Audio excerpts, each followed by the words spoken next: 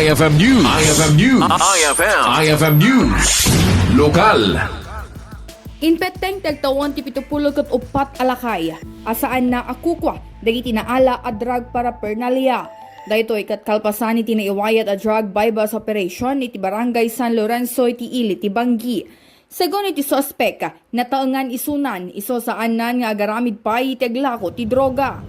Mainay iti dayto inistorya na ama narimaan na iti tugtugaw na iti sango ti Tianggi.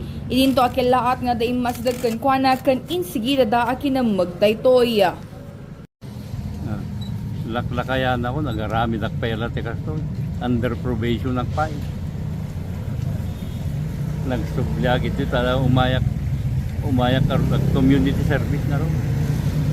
Dati abakat yan ko eh. Ang gabot ako timano ak pera. Di malpas di kuan nagsubi January nagyanak dito. Kabayatan na ti suspect kat manarimaan ti probation na kalpasanan ay dawit iti pamagkong ang nagresulta iti panakatay ti biktima.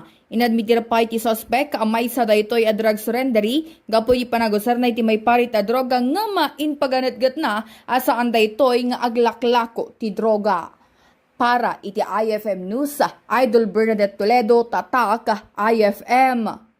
IFM News. IFM News. IFM News. Lokal.